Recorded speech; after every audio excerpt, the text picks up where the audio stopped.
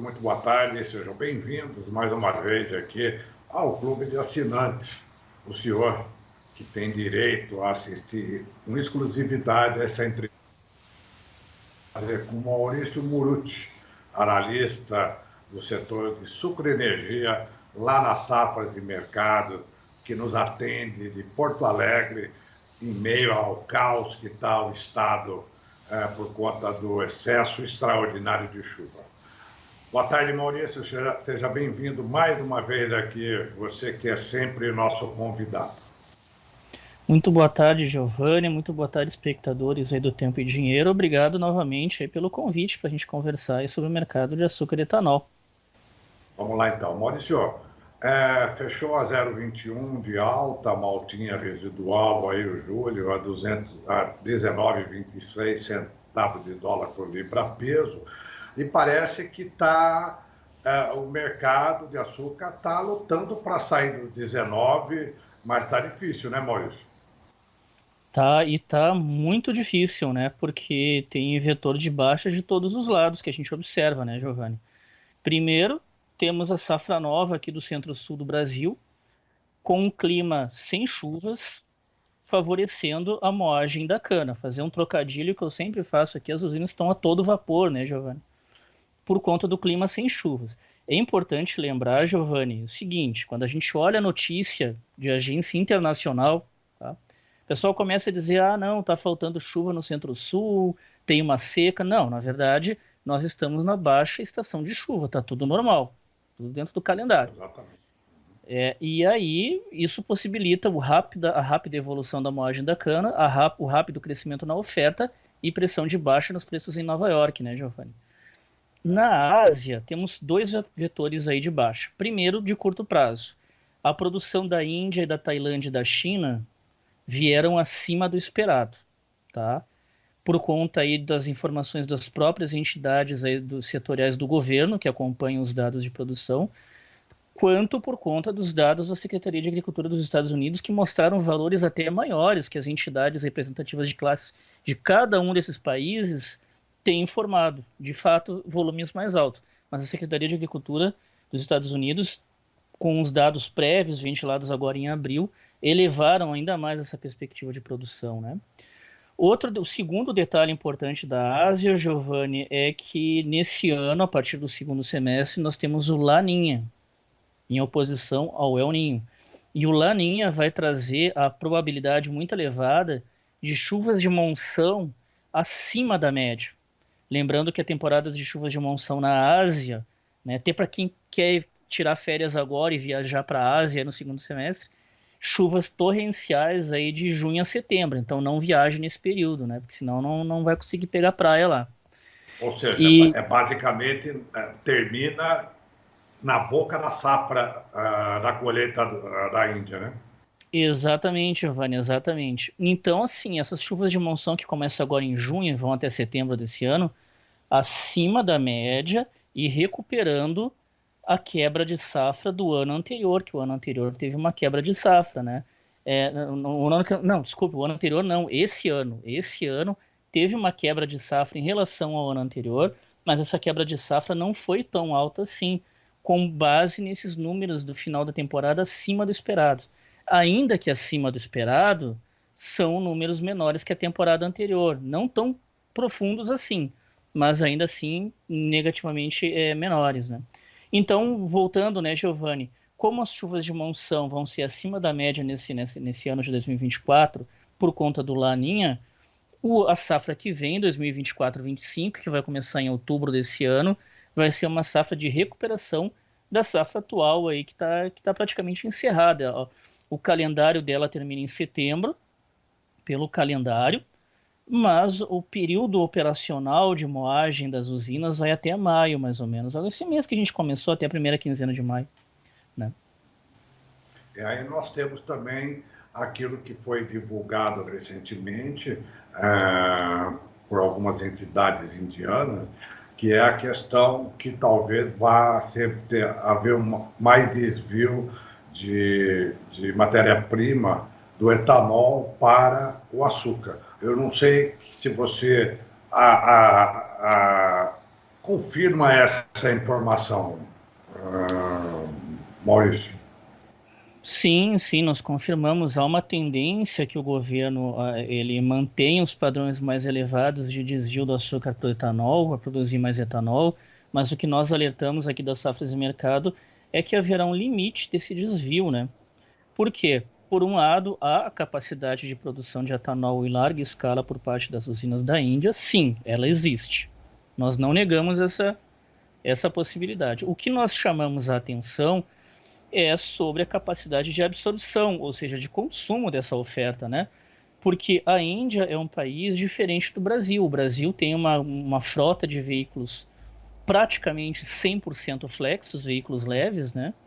Praticamente 100% flex. E não é de hoje, pelo menos 30, 40 anos a nossa frota é assim. Na Índia não, a maior parte da frota da Índia é de veículos a gasolina ainda. E o perfil do cidadão indiano, da população indiana, é uma renda per capita menor que a do brasileiro, né? O perfil da classe média indiana é muito menor do que a classe média brasileira, né? Então, para trocar, para substituir a frota de veículos a gasolina do Brasil, veículos antigos, do Brasil não, da Índia, veículos antigos, é muito mais longo um período, é muito mais difícil do que do Brasil, que na verdade está até mudado, né? O Brasil não precisa mudar nada.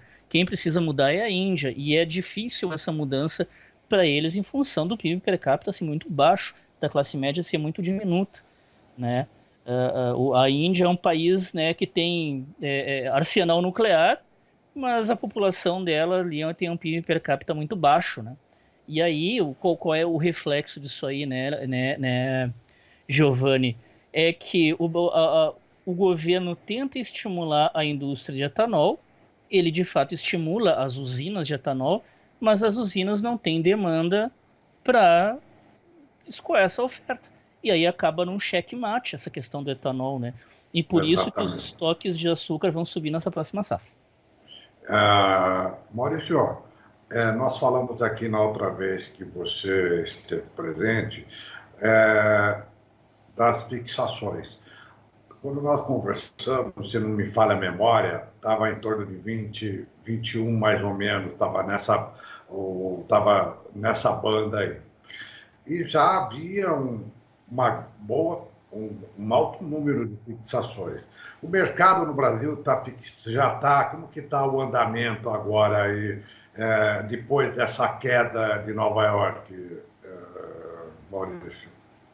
Fixações para safra futura, né? 25, 26, né? Aham. Nós temos vendo um volume aí de 28%, um pouquinho acima dos dados anteriores, né? O mercado está muito lento, muitas usinas esperando ainda passar o tempo para ver se os preços se recuperam, né? Mas aí, Giovanni, a gente faz um link com o que eu falei agora há pouco aqui no início da nossa conversa, né? Esse ano é um ano de laninha que vai provocar chuvas acima da média na Ásia. Então a Ásia vai ter maior oferta de Aham, cana e de entendi. açúcar. Então o preço vai cair. No Exato. Brasil, no Agora, em Brasil, relação às fixações da safra passada, praticamente não tem mais nada não, a ser vendido, né, Maurício? E não, a 100%. maioria foi fixado lá atrás, da 22, 23, 24, por aí, né? Mas a média que nós vimos aí, a maioria das fixações foi feita no quarto trimestre do ano passado, né, Giovanni? Aí sobrou um residual aí de uns 10, 12% aí, que as usinas fizeram no primeiro bimestre desse ano, né? Fevereiro, as últimas travaram, né, as mais atrasadas, que apostavam em ganhos ainda lá para os 27, né? Não, que não aconteceu. Mas ainda assim, essas usinas aí, essas amigas aí conseguiram pegar um preço ali a 23,75. Quem pegou no quarto tri do ano passado, que foi uns 88% aí da oferta, da produção das exportações de açúcar, pegou aí 25 a 24, pegou um preço muito bom do que está vendo agora, né? Teve uma parcela pequena aí que conseguiu travar lá nos 26, né? Quem se deu muito bem aí, que não, aquele pessoal que não ficou apostando numa alta eterna, porque quando a gente estava lá em 28, 27 a 28, o mercado estava apostando que ia para 30, né? Porque tinha vindo lá de 19, em 3 meses, 3, 4 Então, meses aí foi agora para 27, 28. nós vamos acompanhar esse mercado um pouco lento, olhando a safra atual, 24, 25, com as usinas ainda tentando ver o que elas podem esperar de uma certa alta. Só que você está dizendo que, ao contrário, há os fatores de pressão.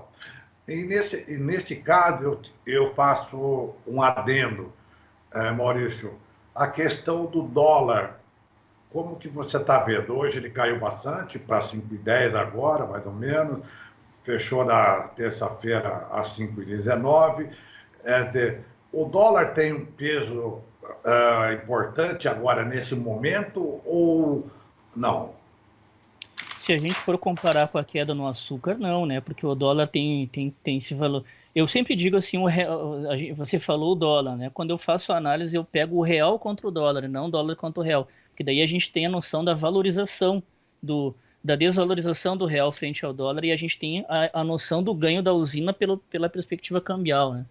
Então, enquanto o real se desvalorizou frente ao dólar na faixa de 3 a 3,8% nos últimos 40 dias, ou seja, as usinas, em tese, elas ganhariam de 3 a 3,8% simplesmente pela questão cambial nos seus preços de remuneração, né? Das exportações e com a receita em dólares das exportações internalizadas aqui no Brasil. Ganhos de 3 a 3,8% nos últimos 40 dias. Tudo bem, isso é bom. O problema é que o açúcar caiu mais de 20%. Se a gente pegar os últimos 40, 50 dias, 60 dias. Então, o ganho no mercado cambial na faixa de 3%, arredondando, se mostra muito pequeno e até irrisório frente à perda do referencial externo, que é o açúcar em Nova York. Então, a baixa do açúcar em Nova York ofuscou muito aí eventuais ganhos cambiais aí, Giovanni. Não dá para dizer jamais que compensa. Desculpa. Não, tá. Você falou que nos últimos 30 a 40 dias, Nova York cedeu em torno de 20%, é isso? Arredondando isso. Arredondando, maravilha. Maurício, vamos pular para o etanol. É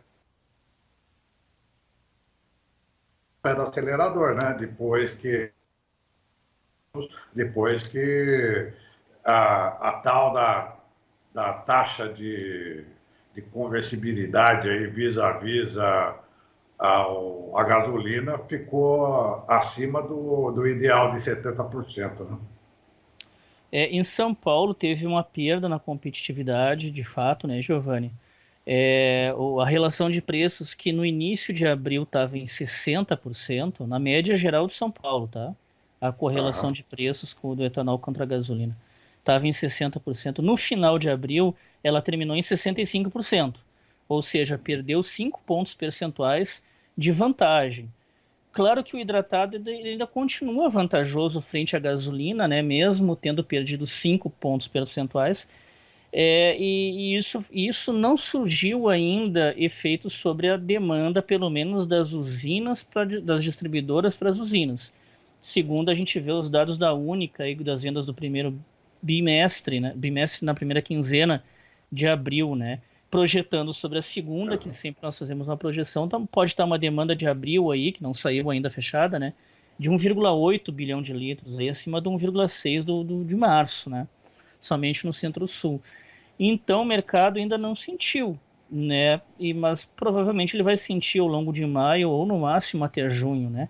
Isso sim, em maio agora, né, os preços não voltarem a subir, o que não está acontecendo, ele está meio estável aí, nesses últimos dias, aí na faixa aí de 2,75 mais ou menos. Está tendo uma demanda de distribuidora, mas também está aumentando a oferta por conta da safra. Então há um equilíbrio de curto prazo.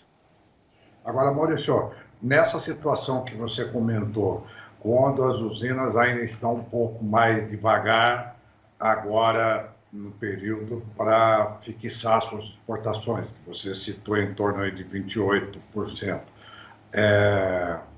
E com essa certa dificuldade de uma visão mais clara em relação ao etanol, você acredita que há alguma percepção de dúvida sobre o andamento do mix no futuro aí dessa safra? Ou você acha que há muito pouca margem de manobra para se mudar de uma safra novamente mais açucareira para uma safra menos açucareira? Não vou dizer mais etanoleira, né? Mas um pouco menos açucareira. Nós vimos um mix aí 53% para o açúcar, né? E 47% aí para o etanol. Menor oferta de etanol, porque as usinas, como a gente comentou agora há pouco, a gente fixaram muito lá atrás, né? Fixaram aí e a preços muito altos, ali como eu falei, 25 e 26 centavos de dólar por libra-peso. Quem travou mal, travou a 24, que já é excelente quanto que a gente tem hoje, né? E aí as usinas vão ter que produzir bastante açúcar para cumprir esses contratos de exportação, elas vão entregar. Primeiro, elas travaram preços nos maiores níveis em 15 anos. Mas não só por isso. Se os preços tivessem normais, sem estar acima dos maiores níveis há 15 anos, elas também respeitariam os contratos, né? Mas agora esse advento dos preços maiores em níveis em 15 anos reforça ainda mais um mix voltado ao açúcar para essa temporada, que elas têm que produzir esse açúcar para entregar. E internalizar essa receita, né? Porque ela recebe quando entrega. Então ela vai produzir bastante açúcar. Não há uma indefinição, não há dúvida quanto ao etanol para essa safra nova, 24 e 25 de nossa parte, né, Giovanni? O que nós temos dito é que a produção do etanol vai cair de 19 para 16 bilhões de litros de etanol hidratado, tá? A do anidro vai ficar praticamente estável em 12 bilhões de litros, porque as usinas não vão derrubar a produção de anidro no ano que está sendo aprovado o projeto de lei combustível do futuro, que vai aumentar a mistura do anidro de 27,5% para 30%. E ao mesmo tempo que ela tem que manter a produção do VHP para atender a exportação travada lá no ano passado a preço de 15 anos mais alto. E quem é que vai pagar, que vai ter aonde que vai ser feito esse desconto? No etanol hidratado, né, Giovanni? Que vai ter uma queda de 3 bilhões de litros aí, ou pode ser até maior, 3,5 bilhões de litros, né? É uma queda considerável, né, Maurício? Provavelmente, 16%. como você falou, de 19 para 16 bilhões. É. Maurício, para a gente concluir, a última estatística da safra aí para esse ciclo 24-25, estamos falando quanto de cana e quanto de açúcar, Maurício? 610 milhões de toneladas de cana no Brasil contra 650 da safra anterior.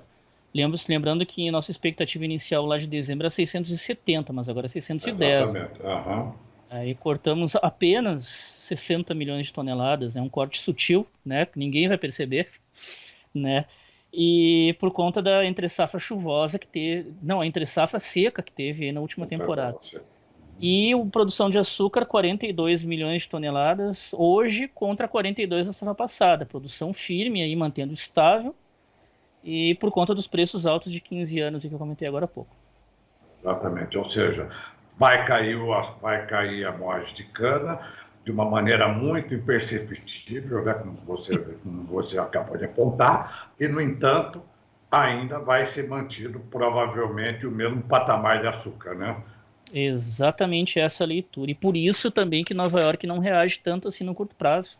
Porque tem duas realidades diferentes. Quebra na cana, tem, mas a produção do açúcar, firme. E o que Nova York cota o quê? Cota a cana ou cota o açúcar? Ela cota o açúcar. Então por isso que ela não sobe, mesmo com quebra na safra de cana. Exatamente, exatamente. Está lembrando bastante disso aqui nas nossas atualizações do grupo de assinantes aí pelo WhatsApp. Maurício, muito obrigado por sua participação mais uma vez aqui na nosso quadro que a gente, entre aspas, entrevista exclusiva, tá bom? Eu que agradeço o convite, Giovanni. Mais uma vez, obrigado pelo convite aí. Estamos sempre à disposição. Um abraço, até a próxima. Um grande abraço. Fechamos mais uma entrevista exclusiva hoje com o Maurício Murucci, analista da safra de mercado, experiente na área de sucroenergia, em quem eu confio muito há muito tempo, e que mostra aí, mais uma vez, né, como na outra vez, que a pressão no açúcar vai ser brava. Mal que as usinas aí estão segurando um pouquinho agora para fixar as exportações, né? Mas elas vão ter que, essa produção que está sendo encaminhada agora, cumprir os compromissos anteriores, né? E para essa safra, a cravada da safra de mercados é 42 milhões de toneladas de açúcar, praticamente igual à safra anterior, embora uma queda aí já para 610 milhões de toneladas de cana, né? Considerando que em dezembro a consultoria estava imaginando 670. A gente fica por aqui, amanhã nós estamos de volta, muito obrigado.